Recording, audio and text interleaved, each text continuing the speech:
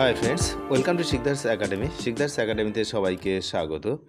এই ভিডিওতে আমরা প্রাইমারি 32,000 মামলার যে শুনানি গতকাল হলো, অর্থাৎ 29শে অক্টোবর 2025 যে শুনানি হলো, সেই শুনানির পর মামলাটি কিন্তু অনেকটাই অন্যদিকে মোড় নিয়েছে। আপনারা যারা লাইভ শুনানি দেখেছেন বা তারপরে যারা এই বিস্তারিত শুনেছেন যে শুনানিতে কি কি হয়েছে, তো তারা বুঝতে পারছেন যে এই বিষয়টা কিন্তু একটা এমন পজিশানে দিন দিন যাচ্ছে, মানে জটিল থেকে জটিলতর পরিস্থিতিতে চলে যাচ্ছে হচ্ছে এই প্রাইমারি 32,000 মামলার কেসটি।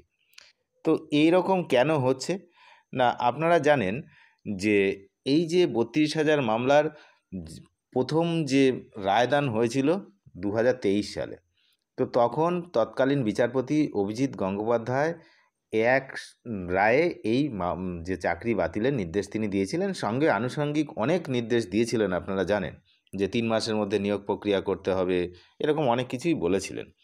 কিন্তু সেই নির্দেশ না মেনে কি হলো না, ওটাকে চ্যালেঞ্জ হলো এবং সেই চ্যালেঞ্জেরই এখন শুনানি চলছে কলকাতা হাইকোর্টের ডিভিশন বেঞ্চে, বিচারপতি তপব্রত চক্রবর্তী এবং ঋতব্রত কুমার মিত্রের ডিভিশন বেঞ্চে। তো গতকালও নির্ধারিত সময় যখন শুনানি হয়, 2টোর পরে শুনানি শুরু হয়। আপনারা দেখেছেন বিকাশ রঞ্জন ভট্টাচার্য, বর্ষিয়ান আইনজীবী, তিনি কিন্তু বেশ কিছু গুরুত্বপূর্ণ যুক্তি এখানে কিন্তু তুলে ধরছেন। আগের দিনের শুনানিতেও দিয়েছেন এবং গতকালকের শুনানিতেও কিন্তু তিনি অনেক প্রশ্ন বা অনেক যে তথ্য তুলে ধরেছেন। তারপরেই বিচারপতিরা পর্ষদকে কিন্তু যে মূলত 5টি প্রশ্নের উত্তর পর্ষদকে দিতেই হবে।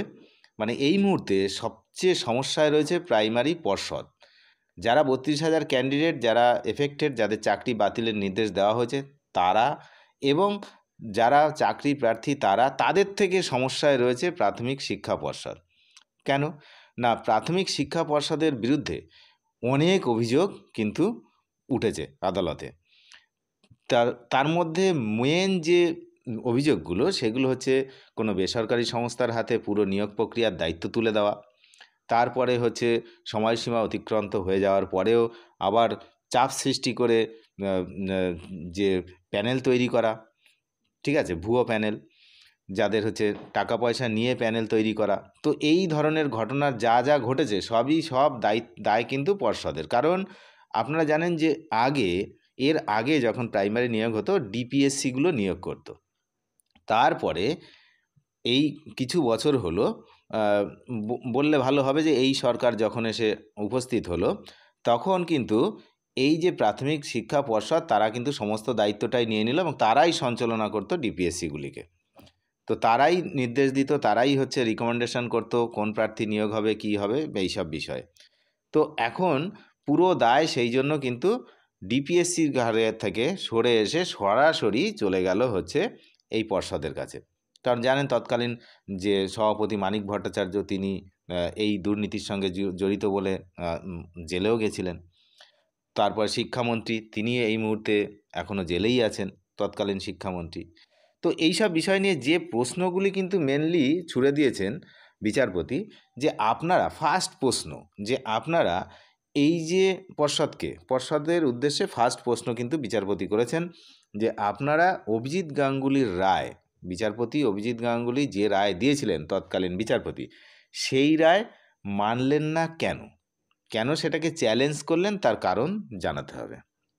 তো আপনারা জানেন যে এর উত্তরে কিন্তু এর আগেও কোর্টে একাধিকবার যারা 32,000 ক্যান্ডিডেট তাদের আইনজীবীরা জানিয়েছেন যে কোনো পক্ষের ঠিকঠাক কথা শোনা হয়নি, চটজলদি রায় দিয়েছেন, একতরফা রায় দিয়েছেন, এরকম অনেক অভিযোগ কিন্তু বলেছেন। কিন্তু ফাইনালি এখন কিন্তু এখানে জানাতে হবে আদালতে যে কেন মানা হয়নি ওই সিঙ্গেল বেঞ্চের রায়, কেন মানা হয়নি এবং কেন সেটাকে না মেনে চ্যালেঞ্জ করা হয়েছে। এটা কিন্তু একটা মেন বিষয়। এর পরেও আর একটা বিষয় রয়েছে যে কেন্দ্রীয় মানব সম্পদ উন্নয়ন যে রয়েছে, আপনারা জানেন, তো সেই কেন্দ্রীয় মানব সম্পদ উন্নয়ন দপ্তরের কি ছাড় ছিল সেই সময় যে অপ্রশিক্ষিতদেরকে নিয়োগ করা? কারণ এনসিটির যে নির্দেশ, সেই নির্দেশ অনুসারে মানে যেটা ডিএলএড কোর্স বাধ্যতামূলক করা হয়েছিল। তাহলে ডিএলএড কোর্স বাধ্যতামূলক। তো সেক্ষেত্রে যে সময়ে এই নিয়োগ হয়েছিল 2017 সালে এপ্রিলের মধ্যে, যেটা পর্ষদ জানিয়েছে আদালতে, তো সেই সময় কি যে 32,000 ক্যান্ডিডেটকে নিয়োগ করা হয়েছিল যাদের প্রশিক্ষণ ছিল না, প্রশিক্ষণহীন, তো তাদের সেই বিষয়টাতে কি ছাড় ছিল না ছিল না, সেটা জানাতে হবে। আরেকটি গুরুত্বপূর্ণ প্রশ্ন পর্ষদকে করা হয়েছে, বিচারপতি করেছেন, যে 2014 সালের টেট পরীক্ষা এবং তার পরবর্তী সিলেকশন প্রসেসে এস বাসুরায় নামক একটি বেসরকারি কোম্পানির নাম উঠছে, যেটা বিকাশ রঞ্জন ভট্টাচার্য বারংবার কিন্তু আদালতে উপস্থাপন করেছেন এই নামটি, এস বাসুরায় এবং কোম্পানি। তো এর ভূমিকা কী ছিল, পরীক্ষার ফলাফল নির্ধারণে এই সংস্থার যে প্রভাব কতটা ছিল সেটাও জানাতে হবে। তারপরে আরও প্রশ্ন বিচারপতি করেছেন পর্ষদের উদ্দেশ্যে, যে কাট অফস মার্কস সংক্রান্ত অভিযোগ।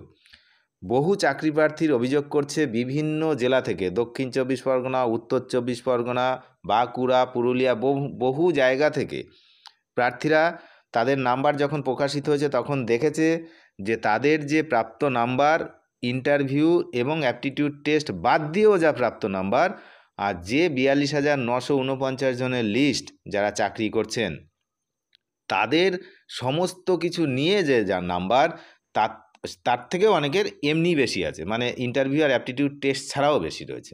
তাহলে তারা চাকরি পেল না, আর ওরা চাকরি পেল কিভাবে? এটাই হচ্ছে কাট অফ মার্কস নিয়ে একটা অভিযোগ। এর কি ব্যাখ্যা রয়েছে পর্ষদের কাছে, পর্ষদকে কিন্তু জানাতে হবে, পরিষ্কারভাবে জানাতে হবে যে এর কি ব্যাখ্যা রয়েছে। আরও তো সমস্যা রয়েছেই, যে সংরক্ষণ নীতি মানেনি, বা এগুলো তো সমস্যা রয়েছেই। এখন এই সব বিষয়গুলো নিয়ে কিন্তু এই মুহূর্তে খুব সমস্যার মধ্যে রয়েছেন বিচারপতিগণ সহ পর্ষদ, যারা 32,000 ক্যান্ডিডেট এবং যারা চাকরি প্রার্থী সবাই। তার কারণ এই বিষয়টা না এমনভাবে জলঘোলা হয়ে রয়েছে, এটাকে এক ছাতার তলায় এনে একটা জায়গাতে এসে সুস্পষ্ট মানে সমাধান করা মানে খুবই একটি কঠিন ব্যাপার হয়ে দাঁড়াচ্ছে যত দিন যাচ্ছে তত। কারণ অনেক ক্যান ফাইল হচ্ছে, আরও ক্যান ফাইল হচ্ছে, ক্যান ফাইল এই মুহূর্তে 130 পেরিয়ে যাচ্ছে। তাহলে একটা মামলার সঙ্গে এত ক্যান ফাইল, মানে একাধিক অভিযোগ, একাধিক অভিযোগ, এ পক্ষের সে পক্ষের, শুধু অভিযোগ, শুধু অভিযোগ। এ বলছে আমার বাড়ির পাশের ছেলেকে আমি চিনি, যে হচ্ছে ভালো করে ইংলিশ লিখতে পারে না, সে প্রাইমারি স্কুলে চাকরি করছে। তো এরকম নানান রকম অভিযোগ এই প্রাইমারিকে কেন্দ্র করে কিন্তু রয়েছে। তো এখন এই মুহূর্তে আরেকটি বিষয়ের দিকে কিন্তু নজর রাখা হচ্ছে, যেটা বেশ কিছুদিন আগে একটি শুনানিতে কিন্তু খুব একটা গুরুত্বপূর্ণ বিষয় এখানে উঠেছিল, যেখানে মামলাকারীদের আইনজীবী, অর্থাৎ যারা হচ্ছে চাকরি প্রার্থী, তো তিনি বলেছিলেন যে এই অ্যাপটিটিউড টেস্টটা নিয়ে তো গণ্ডগোল, তা এটার কিন্তু একটা সমাধান করা যায়। বিচারপতি তখন জানতে চেয়েছিলেন কী সমাধানের কথা আপনি বলছেন। তখন আইনজীবী সৌম্য মজুমদার তিনি কিন্তু অ্যাপটিটিউড টেস্টের জন্য যে 5 নম্বর বরাদ্দ ছিল, এই নম্বরটাই কিন্তু বিরাট তফাৎ করে দিয়েছে। কারণ এই অ্যাপটিটিউড টেস্টে কাউকে কাউকে 5 নম্বর দিয়ে দেওয়া হয়েছে, কাউকে 1 নম্বর দেওয়া হয়েছে, 2 নম্বর দেওয়া হয়েছে, এরকম বিষয়। এবার যাদের প্রশিক্ষণ ছিল তারা তো প্রশিক্ষণের জন্য একটা নাম্বার পেয়েছে, তাদের ক্ষেত্রে ভ্যারি করেনি বিষয়টা। কিন্তু যারা প্রশিক্ষণহীন তাদেরকে, যাদেরকে 5 নম্বর দিয়ে দেওয়া হয়েছে 5, তাহলে তারা কিন্তু অ্যাডভান্টেজ পেয়ে গেছে। তো ওই আইনজীবী সৌম্য মজুমদার বলেছেন যে এই ঘটনাটা সমাধান একটাই করা যায়, যে হয় সবাইকে 5 নম্বর দিয়ে দিন, না হলে সবার থেকে 5 নম্বর বাদ দিয়ে দিন। তখন মাননীয় বিচারপতি তপব্রত চক্রবর্তী তিনি বলেছিলেন যে আপনি যেটা বলছেন সেটা ভেবেছেন, যে এই মুহূর্তে যে সমস্ত ক্যান্ডিডেট এক্সাম দিয়েছিল, লক্ষ লক্ষ ক্যান্ডিডেট, তাদের সবার ডেটা কি পাওয়া সম্ভব? সবার ডেটা পেলে তখন না হয় তাদের 5 নাম্বার বাড়ানো যাবে বা কমানো যাবে, কিছু একটা করে, কিছু নতুন করে রিপ্যানেল আর কি, রিকাস্ট, নতুন করে প্যানেলের আবেদন করেছিলেন আইনজীবী সৌম্য মজুমদার। তো তখন আমাদের যিনি বিচারপতি রয়েছেন, মাননীয় বিচারপতি, তিনি কিন্তু বলেছিলেন যে যদি সবার ডেটা পাওয়া যায় তাহলে সেটা করা সম্ভব হতে পারে, সেটা হতে পারে, সম্ভাবনা আছে। কিন্তু সবার ডেটা কি আপনি বলতে পারেন যে সবার ডেটা আছে সুরক্ষিত? তখন আইনজীবী জানিয়েছিলেন সৌম্য মজুমদার যে প্রত্যেকে সবার রেজাল্ট দেখতে পেয়েছে, সবার কাছে সবার নাম্বার কিন্তু রয়েছে। তাই এই প্যানেল পুনর্গঠন করা হোক, এই দাবি কিন্তু মামলাকারীদের আইনজীবী সৌম্য মজুমদার অনেক আগেই কিন্তু আদালতে দাবি করেছেন। এখন এদিকে মাননীয় বিচারপতির 2-3টে মন্তব্য যেমন ভাবাচ্ছে সবাইকে। তিনি বলেছেন যে কয়েকজনের দুর্নীতির জন্য সমস্ত প্যানেল বাতিল নাও হতে পারে। এটা এরকম একটা মন্তব্য তিনি আদালতে করেছেন। আর একটা করেছেন যে একজনও যদি দুর্নীতি করে তাকে ছাড়া হবে না, তার চাকরি বাতিল হবেই। তাহলে একদিকে তিনি বাতিলের কথা বলছেন, আর একদিকে বলছেন সবার বাতিল করা সম্ভব নয় বা সম্ভব নাও হতে পারে। তাহলে একটা ব্যালেন্স করার কিন্তু চেষ্টা করছেন যাতে সব দিক সবকুল বজায় থাকে। তো তার জন্য সময় লাগবে। শুনানি হচ্ছে, পরবর্তী শুনানি আপনারা জানেন যে পরবর্তী শুনানির একটি ডেট কিন্তু স্থির করা হয়েছে। নভেম্বরের 4 তারিখে শুনানির কথা হয়েছিল, কিন্তু পর্ষদের আইনজীবী তিনি আবার অনুরোধ করেন। তারপর কিন্তু 6ই নভেম্বর এই শুনানিটা রাখা হতে পারে। এবং তার আগে এই যে প্রশ্নগুলি মাননীয় বিচারপতি করেছেন পর্ষদকে, সমস্ত প্রশ্নের জবাব কিন্তু পর্ষদকে দিতে হবে। এখন এই সমস্ত প্রশ্নের জবাব যদি সঠিকভাবে না দিতে পারে সেক্ষেত্রে কি হবে সেটা তো ভবিষ্যতই বলবে, সেদিকে আমরা নজর রাখছি। আপনারা নজর রাখুন। নিয়মিত আপডেটের জন্য অবশ্যই চ্যানেলটিকে সাবস্ক্রাইব করে সঙ্গে থাকবেন। ধন্যবাদ।